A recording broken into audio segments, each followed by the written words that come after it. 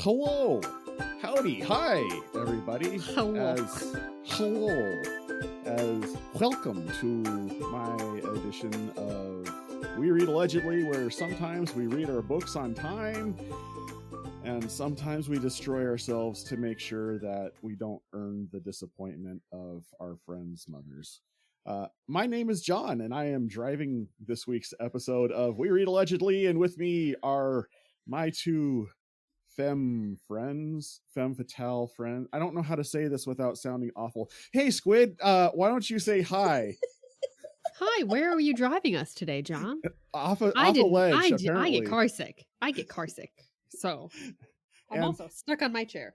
And the other person that you just heard laughing was Celeste. Hello. And we're here to talk about books, and Squid is making me seasick by rocking free. back and forth. I was stuck on my chair, guys. It's okay. Well, you know what would fix that? A quick snip of the scissors. I've already done that to her headphones, Celeste. I don't need this. Like I said before this started, Celeste is just in a mood, and me and John pick books in the same mood. So yeah, it turns out like, okay, so peek behind the curtain, we're recording several books at the same time right now, and all the books we've read that we're recording have a similar tone, and they were all books Squid and I picked, so we kind of... Does that mean John and Squid will agree? No. Let's see. But unfortunately, Celeste had to come along on that wild ride when... And unfortunately, Celeste is here. Yeah. Celeste found out where the Venn diagram of John and Squid cross, and I don't think she liked where that intersection. She said, I want to get out of this car, please. What is happening here? There is not enough therapy. All right, but that's fair. That is actually, well, we'll get into that in a little bit. But before we get into that, let's play a little game of what are we reading that's not these lump of books for the podcast. Boy, that's a mouthful to put on a nameplate. You know, alleged reads, commonly known as.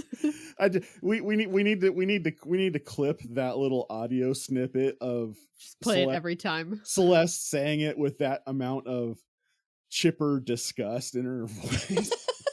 Nothing but... I apologize. I am not meaning to give this much attitude. And yet, you know, it's the sass. It's the Aileen coming out. It's just, you know, it's a thing. What's everybody else reading? Let's jump into that. Anyway. Celeste? Okay, so are you good? You got this look on your face, again, like. Unfortunately, Celeste is here. I'm just like trying to figure out what's happening, and it's not working. Squid and I both had our daily dose of morose, and that apparently makes us hyper. Okay, so I am allegedly currently reading a book called The Path to Loving Him by Megan Quinn. It is a romance book. I do not recommend it for everyone because I do have to skip things. But dang it, I needed something lighter than these books. And Megan Quinn is really good at very witty humor. And she's also good about books that you don't really have to think. You can just read them and take it as it comes.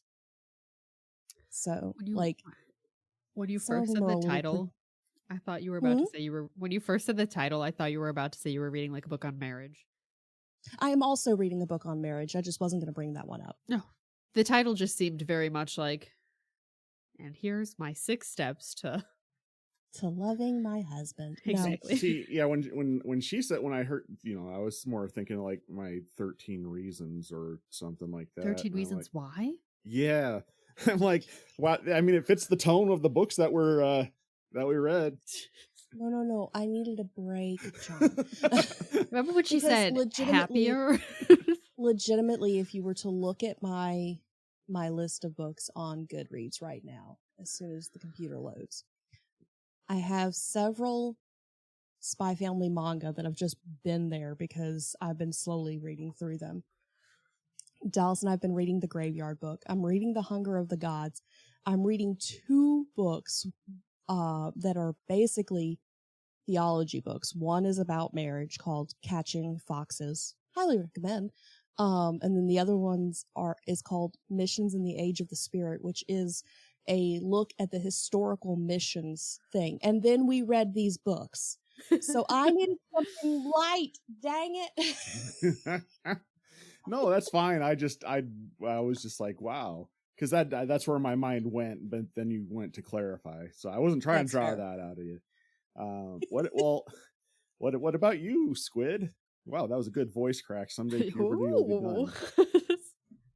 done. Well, I finished reading Hunger of the Gods, and the third one is currently waiting for me at my parents' house because I need it right now. So look forward to the end of that book. Secondly, unrelated to that, because I can't talk about that book because both of these people are allegedly also going to read it and are reading it. I've made it to page 98. I haven't started it yet, but I've owned it longer than any of you. Yep. Get on Storygraph. I've actually owned all 3 of them longer than you. Again, and I just want to say that I'm a dumb person. No, you're not. That only owes book 2.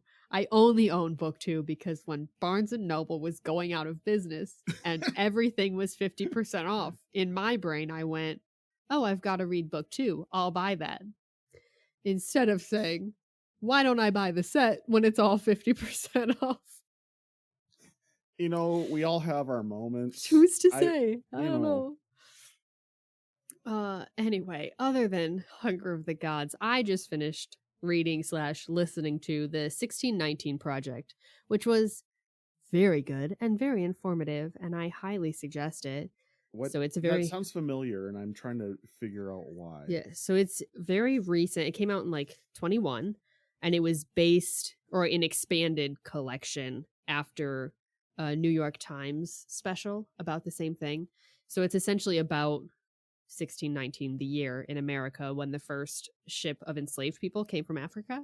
And then it just kind of follows the history of America through then.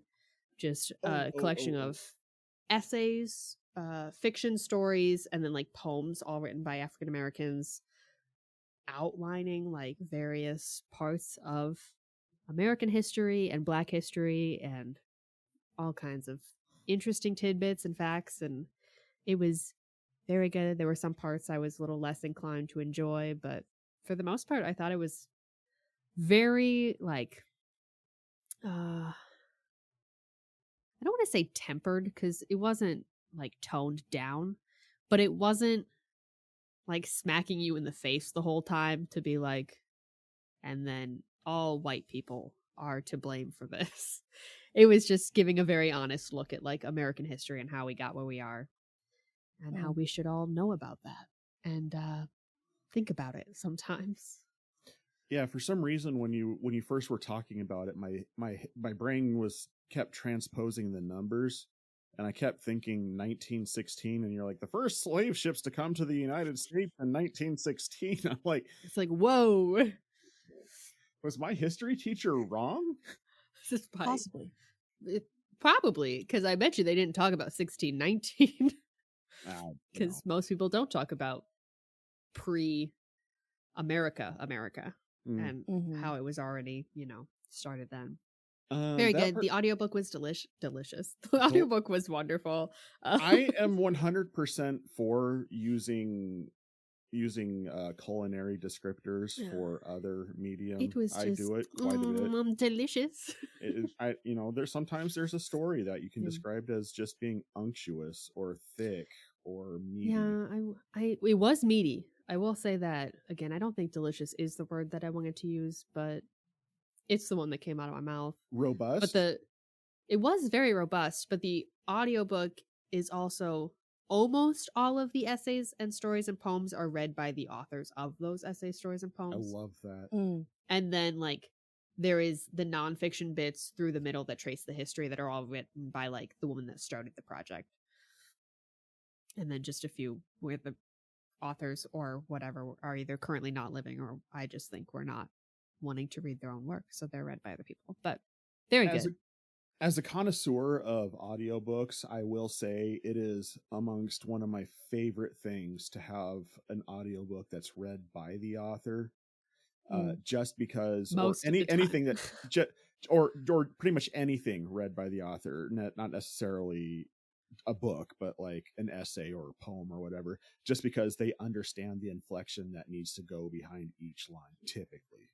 I think I mentioned this because I think it was my alleged read at one point at a very unfortunate time when I read this book, but The Storyteller by Dave Grohl, because he reads his autobiography and so good because he also includes like drumming in it. And I'm like, if anyone else was reading this, they would just be like, but he's over here like, and then it sounds like this. I was like, this is great. I'm having a concert right now. Anyway, that's what I'm reading. All right. What are you reading, John? What am I reading? To be perfectly honest, I've spent these books is really, I mean, it's where it's been for me. I can tell you all the books I've been wanting to read because I've been reading these books. But how about you tell us what you will be reading, John? Well, now that we're finally done with these books, the one that I've been really wanting to get to, I'm trying to pull it up on my screen here. I'm gonna have to censor a word in it, but you'll understand. It's a book called Happy Jack and the Scary Butt Book of Doom by Rick Partain. Rich Partain. Sounds like an uplifting adventure. It's a space opera comedy. Much in the vein of something like Space Team, which is another book that we've discussed on here that isn't for everybody, but that's just kind of how my sense of humor goes. I have the sense of humor. I'm learning. I have the sense of humor of a college frat boy. I think I just got to that part of my life, and then my personality froze. So no, because you think other things are funny too. Yeah, but I mean, left to my druthers, it's David Wong and butt jokes all day, so. You know? Someone's got to fill the niche. There you are. You know, I'll do that. I'll hold the torch for the lowbrow art. It's not lowbrow. It's just. Oh, it's trash, and I'll wallow in it. It's fine. But that being said, let's talk about a book that we all read. We all read it allegedly. Oh yeah, allegedly.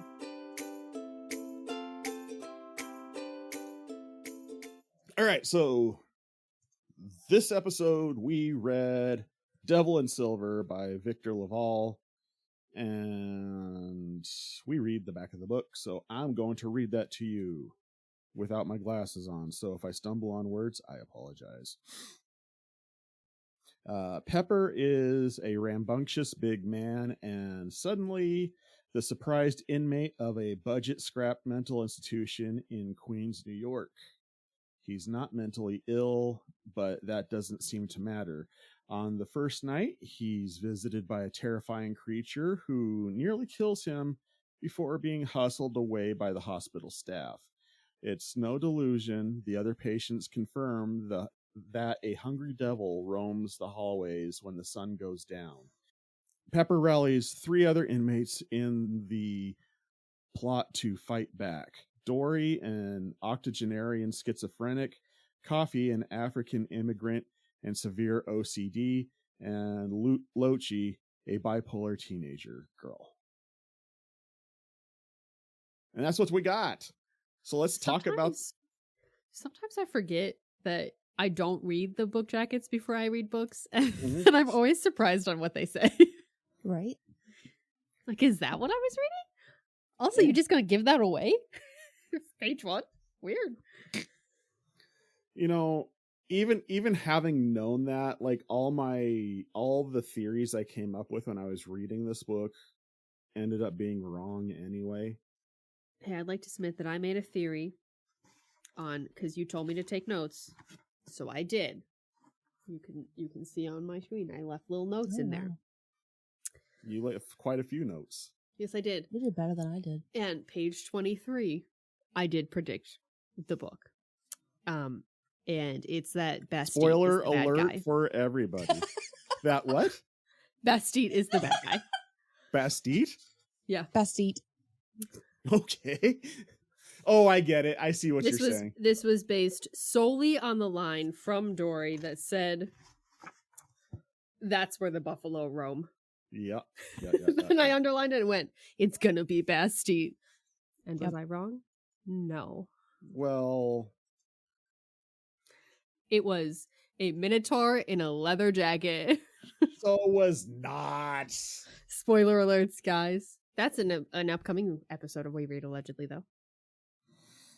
What's an upcoming episode? A minotaur. I think in a leather jacket, but maybe not. Right. No, the minotaur takes a cigarette break. Yeah. Again, whether or not he has a leather jacket to be confirmed later. You know, I could totally see a minotaur dressed up like Andrew Dice Clay taking that cigarette break. Have you seen the sad little cover with the minotaur on it? Mine does. The one that I have does not have a minotaur. Hold on, I'm gonna post this picture. He looks so sad. He is not in a leather jacket. Very sorry to have lied to you all. This is fascinating. I didn't actually read the snippet about it when I was like, here, I have this one. It looks funny. Minotaur takes a cigarette break? Yeah. I actually haven't. I've tried really hard not to read the snippets for our books. I haven't either. Oh, this is not for a while. Yeah, we got some time.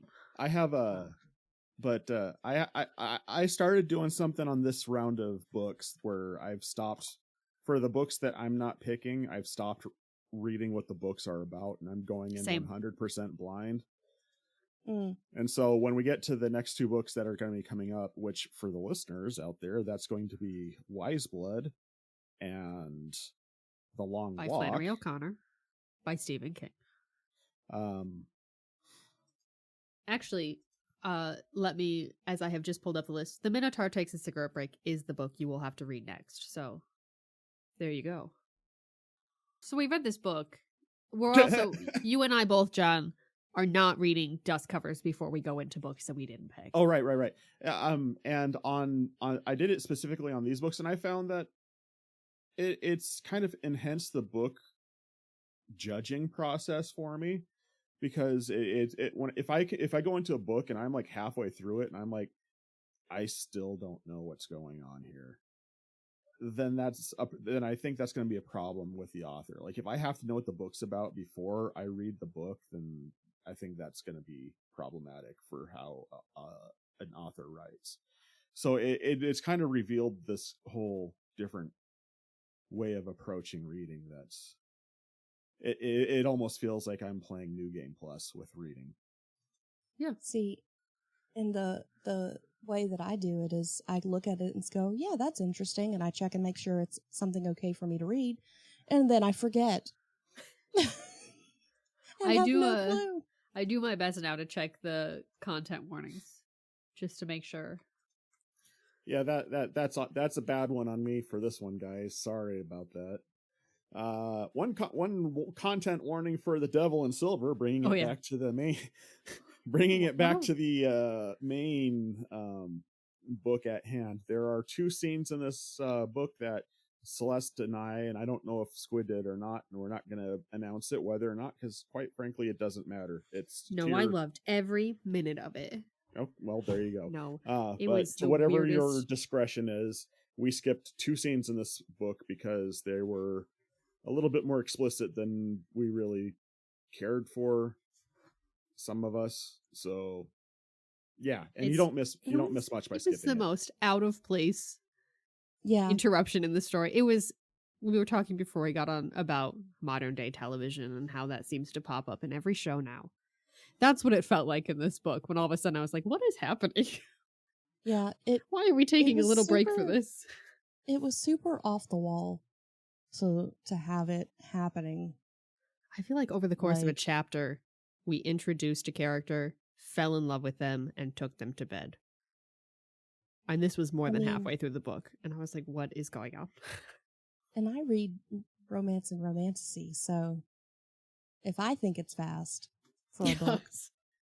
Halfway through chapter 1 sometimes in those books, but... yeah. So...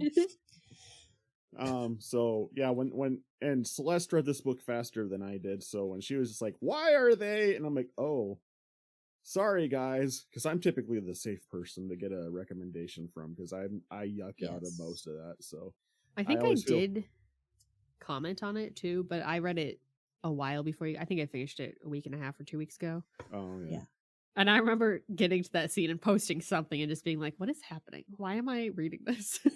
And not even in like it's not a super graphic scene either, but it's just like, it was just so out of left field that I was like, whoa. So I just remember going, Squid's already read this book. Is there anything of importance in these scenes? Like I paused it and I messaged you. Hey, can I skip this, or is this important for the story? I'm going to tip my hand a little bit here, Celeste. Okay. Cover your ears, John. There's nothing of importance in this story to miss. So wow. Well, no. There is importance in the story because we can talk about malpractice. We can. We sure can. and insurance fraud. Writing this book was malpractice. Wow. I don't know about that. So my thought on this is this book could have been half the length and twice as good. That's my opinion on it. I feel like this book ended at one point in the story, and like at the halfway point of the story, and then he included the second half of the story to get on a soapbox, because the second half of this book really felt like he was trying to preach about something. Which I was really hoping wouldn't be the case, because I think I mentioned Lone Women as my alleged read. A few episodes ago, and he did a similar thing at the end of that one that was like really virtue signally. And then he kind of did the same with this one. So without getting into specifics, which we can, I feel like my main issue with this book was that he was trying to like create a book that had a bunch of layers to it that you could dig through and get meaning. But he kind of gave us like the first draft version where I'm like, yeah, but right now I just see your outline that says layer 1, this. Layer 2, that, instead of actually making me do the work to see what you're trying to say. Did your edition, Squid, have a note from the author at the end? Yeah. About how he wrote this book when he and his wife was pregnant, and then like for the first they were year, both authors going back and forth. Right. I'm like, that explains why this book was not good. Because you weren't in your right mind. Yeah, neither was anyone in the book, actually. Here's my thought. Actually, you know what? Nope, it's gone. My wife opened the door in the background, and here it is. It just here ran it went. out the front door. It's sort of like when you're opening a can of cat food around a cat, and it just front door open, and just there went my mind. So sorry. That's all of a sudden a cat appears. So he is a very talented author. He writes things well. At one point I was like, I feel like this guy has actually been on Halidol and lithium, because what he is describing is what happens. Like, I've seen these symptoms with people. Not the turning into a minotaur, but well, yeah. Fair. Or chasing rats in the air vent. It's like, I feel like he researches well. Maybe that's it. Like, he put a lot of research into it, and those parts were fine. But then I feel like he was like, all right, I'm going to research how to tell a story about malpractice in psychiatric institutions, and then put it all in there. And I was like, it's just a little too upfront for me, where I'm like, I know what you're doing so blatantly. Well, and at the same time, there wasn't quite enough research, because 6 months, almost a year in this ward, and Jaco never once came. That's Jaco comes once a year, and if you're not a well-rated hospital, they come more. Right. I think you're tap dancing on what's been in my periphery that I haven't been able to put my finger on up to this point, Celeste. Okay. In that there was something that was irritating me the whole entire time I was reading this that I couldn't figure out what it was. And what it ultimately comes down to that you helped me figure it out was this feels like it was written by somebody who wanted to make a statement about something that they didn't know enough about to make a valid statement about. Right.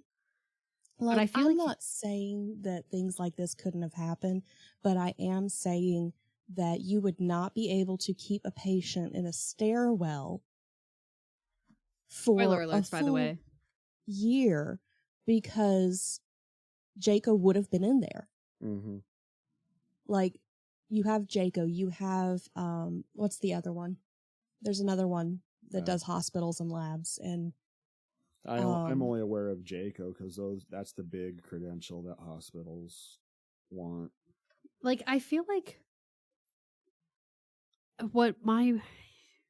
I don't think what I'm going to say is going to have spoilers, but I'm just going to give our spoiler alert here because I feel like we're going to get into them pretty quickly. 100%. If you want to read this book, which by the time we finish this episode, you might not want to. Well, we'll get into that, but ultimately, if the topic of mental health and in a psychological horror setting within a mental health institution is your bag, you might be interested in this story, then yes, maybe stop, read the book, come back to it from this point forward. If that's not your thing, if you just want to hear us talk about this book, then spoiler alert for the rest of the book going this point forward. Yeah, I feel like when I look at this book, I see that there are two possibilities, and neither one made me like the book. I felt bad as I was going through. I was like, oh, I have nothing good to say about this one, huh? But it's not as bad as being like, this is the worst book I've ever read. No one should read it. I was just like, this is just a bad book. I don't know the other way around it. I know what the other one was. It's because of my experience with medical. It's called CAP. They only credential labs. I see. So when I look at this book, the two options I see are Victor LaValle is too much in the book, which is to say his desire to want to tell about these issues is too present, and he doesn't actually tell about the issues. Or, on the flip side, this is all so remarkably from the perspective of an unreliable narrator that is actually mentally ill. And if that's the case, I don't know why I care about this character at all. Because he made him very unlikable from page 1 to the last page. And I definitely agree with that, because at one point you told me something about Celeste. I feel like you have to like the character to like the book. And I did not like Pepper at all. Yeah. Did I tell you that at some point? That doesn't make sense to me. You do give that critique a lot, so. To be perfectly honest, this book, for me, this book was more disappointment than anything. In that, because this, much like you, Squid, this was my second Victor LaValle book. My first one was The Ballad of Black Tom, which was which I think is his most praised one. Well, and it's also his take on Lovecraftian fiction. Yeah. And I've noticed I'm starting to kind of pick up between Ballad of Black Tom and this, and then what you say about the other book that you read, Squid. It almost feels like he comes up with a story idea, and then he tries to find ways to push a political idea with his story. He's like, great, how can I use this to push an agenda? And that upsets me. But not only that, but the other part of the reason why it was a bit disappointing was because I really felt like it. I feel like he set the book up to be something that it wasn't, with the pretext that he set the book up with. And maybe that's just because I came from the Ballad of Black Tom, where the supernatural was a legitimate thing that was occurring in the book. Yeah, that's kind of what he did with Lone Women too. But like with this one, there is no supernatural. Right. And it's just crazy. It's just you have mentally handicapped individuals who are trapped in a uncaring and underfunded institution, and it's nothing beyond that. And if it wasn't going to be anything beyond that, I was kind of hoping they were going to do a deep dive into the human psyche to say something about that, and some of these characters might be mental projections within Pepper, or maybe something even to a greater degree that Pepper and the devil were the same person, and we'd come to that conclusion at some point. But no, everything is as described. There's nothing beyond what's being shown you, and any mental exercise you get out of trying to figure out what's going on is in futility, because the plot has unrewarded. To be, yeah, the plot's going to be spoon-fed to you with nothing for you to really to figure out. It's basically babies first tragedy with a political agenda. And the thing that got me is that it's supposed to be a horror book, but it wasn't scary. There was no horror aspect to it at all. At all. Like, I kept waiting to be scared. And I don't think your horror books have to be like, oh, something is in my eye. Like, I don't think that your horror books have to be scary. I get that. But well, I mean, like, they don't have to be like jump scary, you know, they can be. Right. But there does have to be this feeling of impending doom, I guess. Menace. Yeah. And the only feeling I had was, dear God, is this over? The impending doom was, it's not over soon enough. There's this many pages left. And which, like you said, John, like, I love the concept that Pepper could have, again, and I think 100% Pepper is like a mental patient. I think that whether or not Victor LaValle meant him to be, he is. I think he was rightfully committed. Mm-hmm. He probably had something going on, and half of this was his deal. There is a point where he even says, like, well, you've been diagnosed with narcissistic personality disorder. And I was like, if they go back on this and say that it's all just like a misunderstanding and you're free to go, not that you can't be free to leave a mental institution. I'm not saying you need to be forcibly kept, but if they walk it back to be like, this was all a misunderstanding, none of this was true, it was all malpractice. Again, it just leaves you with the question of, why did I read about this man for this long? Why do, like, it would have been so much more interesting if he was more mentally ill and these people were projections. And what would have been more interesting was a perspective from the new nurse. Yeah. I think she would have been interesting. Book. Yeah. Right. Because that, to me, was the most fascinating part of the story, was watching, because I've seen this. You watch the new person come in who's like, oh, I'm here to help people. I'm here to do this. And by the end of things, they're just exhausted and tired because the medical system or something like spits people out. And it's not and when I say that, I mean medical care workers specifically. But healthcare does that. It's one of those things of, it's such a taxing job that there are things that should be done to taken care of, but watching that degradation at least fascinating to me. Because he kind of did this. What's killing me right now, Squid, I'm sorry, I have to cut you off because otherwise it's not going to make sense. But what was killing me was the fact that you're trying to remember that nurse's name, and that's the same nurse who they got her name wrong the entire book because no one could remember her name. Oops. I'm sorry, it's just the irony of that was needed to be pointed out because that was just delicious, and I wasn't sure if you did it on purpose at first. No, I honestly could not remember her name. I think it has a J, and that's all I could remember. thought it was Jacqueline. Jacqueline sounds also correct. I'm not gonna pretend I don't remember. I honestly don't. And that's what makes it so I just great. know there's a J. Well, once again, there's a lot of, most of my critiques are like, if he had done X, Y, or Z, if he had leaned more into split perspectives, right, that would have been fine. Because you would have seen, especially the world, and he did it a little bit. He did chapter jump, but not enough. So it was just enough that it felt jarring and weird and out of place. And then when he did, we got the perspective of a rat. Right. And I wanted more of the rat and less of the people. The rat was also annoying. Can you imagine a red wall in that hospital?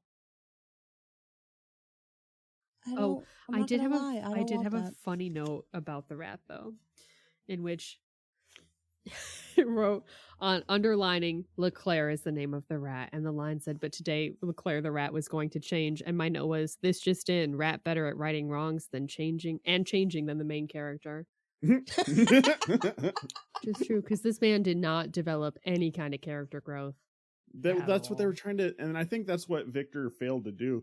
He was trying to show that Pepper, or Peter, as we've come to find his name is at the end of the book, they were trying to show how he transitions to becoming the new Dory of New Hyde. But I feel like it was just one of those things where, you know, he's a jerk, he's a jerk, he's a jerk, he's a jerk, he's a jerk. And now when you're supposed to make that connection, okay, now he's Dory.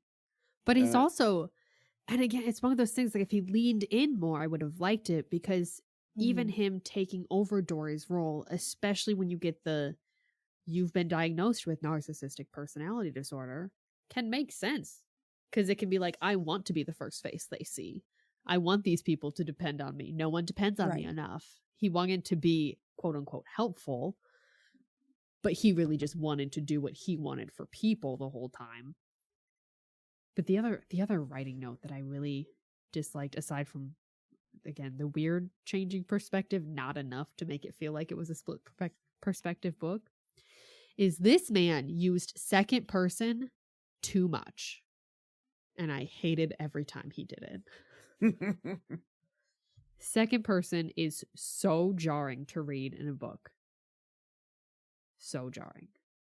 Don't tell me what I think, sir. You don't, because you don't know what your characters are thinking. To randomly get a sentence that's like, you won't be too surprised that Pepper left the table before Dory got to glugging. Why did we go from third person limited Pepper's view to being like, and now you, dear reader, would not be surprised to know this man left. I also have serious issues with the fact that everyone on this ward was just medicated. There was no therapy. There was that group therapy that one time, and then they couldn't afford it. Book club. That's not actually therapy. That's like the group sessions and like. And I think he really was pushing the idea they just don't have money, so they're just drugging them and letting them go. But again, the thing is that they weren't letting them go. Right. Well, not like leave, but I mean letting them roam. Like, I think what you're kind of kicking at there, Celeste, is what I was talking about earlier, of someone who's trying to write about a thing to make a point, but they have no idea what they're writing about to make a point with it. Well, he kind of made fun of himself. What's that? I said he kind of made fun of himself when he compared the book to One Flew Over the Cuckoo Nest. Whereas, like, again, you're just telling us to go read a book that's better at this. Like, you know, I will say, you know, that's kind of another theme for all the books that we read for this lump of recording that we're doing, is that everybody's nuts. No, it's just each of these books made me think of another book I'd rather be reading. Oh. That's similar. Tipping his hand to how he feels about the next two books. I'm tipping my hand. You know, I'm being the Tune in next month to see how he feels about my pick, Wise Blood by Flannery O'Connor. You know, you can argue with my husband about it. Well, I will say this, Squid. Yeah.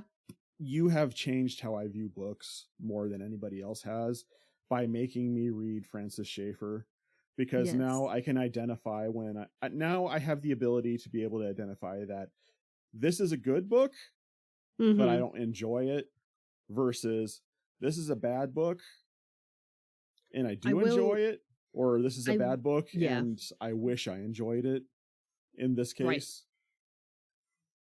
Or this is a good book and I do enjoy it. Yeah. But I do think being able to make being able to make the differentiation between whether or not a book is good or not and whether you enjoy it or not are two different judgments. And like quote unquote good, because we can define that in a number of ways. Right. Because you can read a good book that's really poorly written. And you can read a really well-written book. Like, I mean, half the books that I've picked, I think, Celeste, you would agree, they're well-written, but you'd think they're bad books. Like, so you can have a spread of what that actually means. And I will say this again next month, an hour from now. I do think Flannery O'Connor is the kind of book that she does not ask you to like her book. She does not need you to like her book. Like she knows what she's writing and why she's writing it. And it is unapologetically that, as opposed to some newer books like Victor LaValle, where he's like, I'm just going to write a story.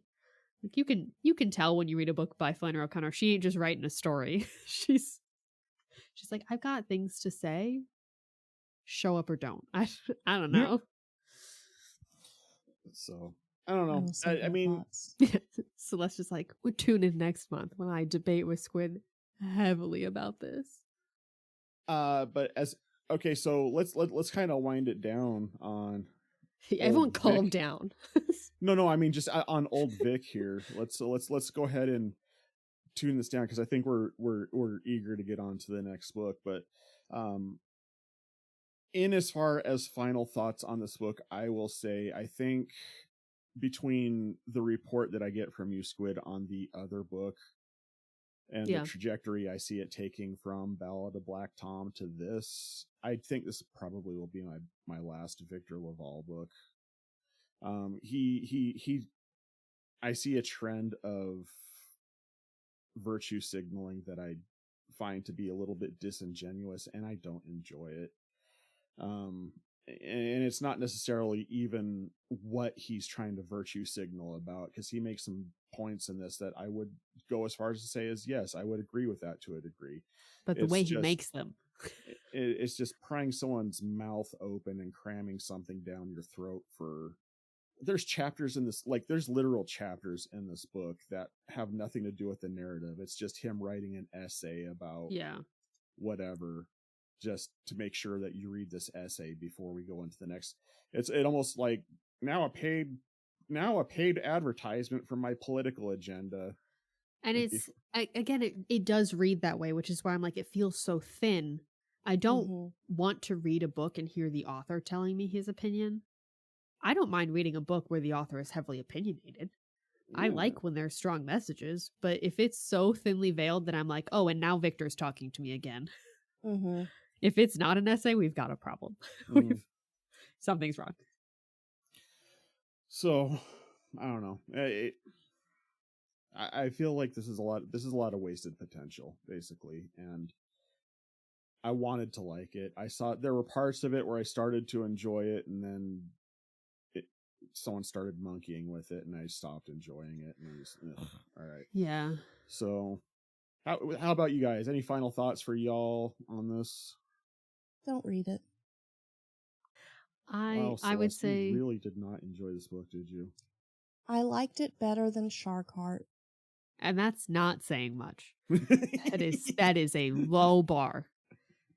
That is the lowest the bar can go. I will say this is probably the quietest episode I've heard Celeste on that I've. I think this is also, again, one of the few episodes where we all agree. Yeah, but not like in joy of the book. So I could easily go off about the way that things were handled, because that is what bothered me the most, is the fact that these things should not have been allowed to all happen at one time. Yeah, I was going to make sure this point things before. like this have happened in mental hospitals, but this was set in 2011, Yeah. and there is Are you sure? oversight. It feels like a book that was set in 1970. It does. Sorry, But then he says, joke. I was trying to make a repeating joke about the 2011 that we were making Oh, earlier. no, I got you. He mentions 2011 too many times, and I with think that significance. He's like, I think well, he does that because he's trying to imply that the reasoning that they got the programming so cheap for the hospital is because there was a housing crash in 2011. But that all started, as I was ranting about this, John Michael reminded me, in 2008. Yeah, I did. It wasn't even 2011. So to put 2011 out there is, in my mind, very short-sighted, because you're going to assume that everyone's going to remember not only that things crashed in 2008, but that they were still down in 2011. Yep. Thus causing this to be a thing. Yeah, I could definitely go on and on about just the sheer malpractice that was happening. But there's not really a point to it. Like, if the book was actually making a point about that, you would have enjoyed it more.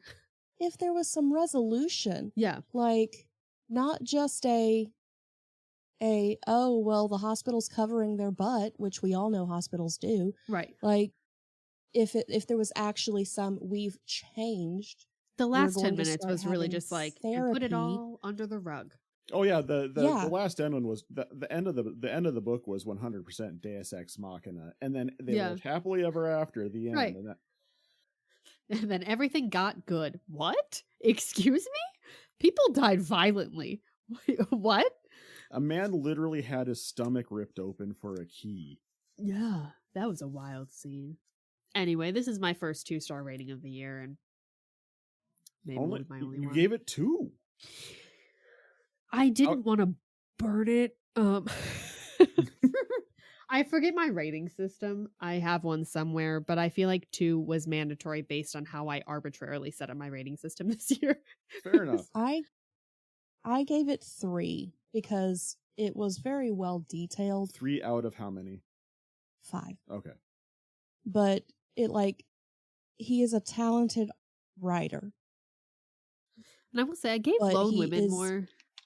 He is using his talents for evil. He's just not using his talents is the problem. I do think... Oh, go ahead. No, go ahead. I talk too much anyway. Go ahead, Squid. Oh, no. I was just going to say, I think this is one of his... I think Ballad of Black Tom comes before. And then this one. So they are 2 of his older books. I do think Lone Women is written better. And I would recommend that one more than this one, for sure. I do still think the weird virtue signaling right at the end was just like out of place and jarring, but not enough to like ruin the book. Like this whole book was kind of, everything was a virtue signal of some kind. There's parts about this book I didn't even talk about that were blaring issues for me, but we don't have time now to get into what feels like a really big race issue in this book. So yeah, we'll save that for another time. I will say, check out Ballad of Black Tom. That's good. The only agenda he hits is racial equality in that book, but he does it in the same way that Matt Ruff does in Lovecraft Country, where he's basically just taking Lovecraftian fiction and making a racial equity idea with it. I momentarily confused him and Matt Rife, and I was like, Matt Rife wrote Lovecraft Country? No, I'm sorry. I was like, that's wild. Wild. So does anybody have any spiritual takeaways from this book at all? Just pray. That's it. Pray for it to all be over and so we can see Jesus. I think I had one at some point and then I forgot. So no. Yeah. I think I had one at some point when I was reading this too. And then by the end of the book, I was just like, I don't want to talk about this anymore. I was praying for deliverance, which is my spiritual takeaway. You know, to be perfectly honest, if you want to make a weak connection on this, although it was poorly implemented, Pepper does have a arc, a redemptive arc to his Does character. You know, it's implied that there's a redemptive arc for his character. So, I mean, if you're looking for a story of redemption, there's something sort of like that where he starts to realize that maybe he does belong there and he has a destiny there. That he does demonstrate at one point a sort of sacrificial love, which we should strive to do, but we should not strive to be like Pepper. No, ever. By no means should we ever strive to be like the main. Our main character is the classic anti-hero. He might almost be an anti-hero. He's just anti. Anyway, he may not necessarily be anti-hero, maybe more pro-villain. I don't know. Anyway, that being said, thanks so much for listening. I don't know how to close this out. That's okay. You don't have to. Hooray! So long, and thanks for all the fish. Bye! Bye. We Read Allegedly is part of the Devoted Geeks Network, devoted to letting you know that you're loved. If you liked this episode, please like, rate, and subscribe wherever you listen to podcasts. We release episodes every first Saturday of the month. Next month, you can join us as we read Wise Blood by Flannery O'Connor. We'll see you then.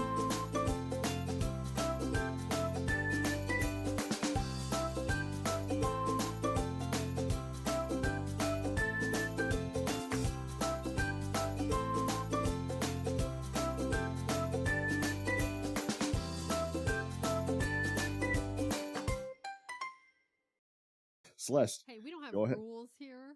Yes, we are Outback. There are no rules. No rules, just right.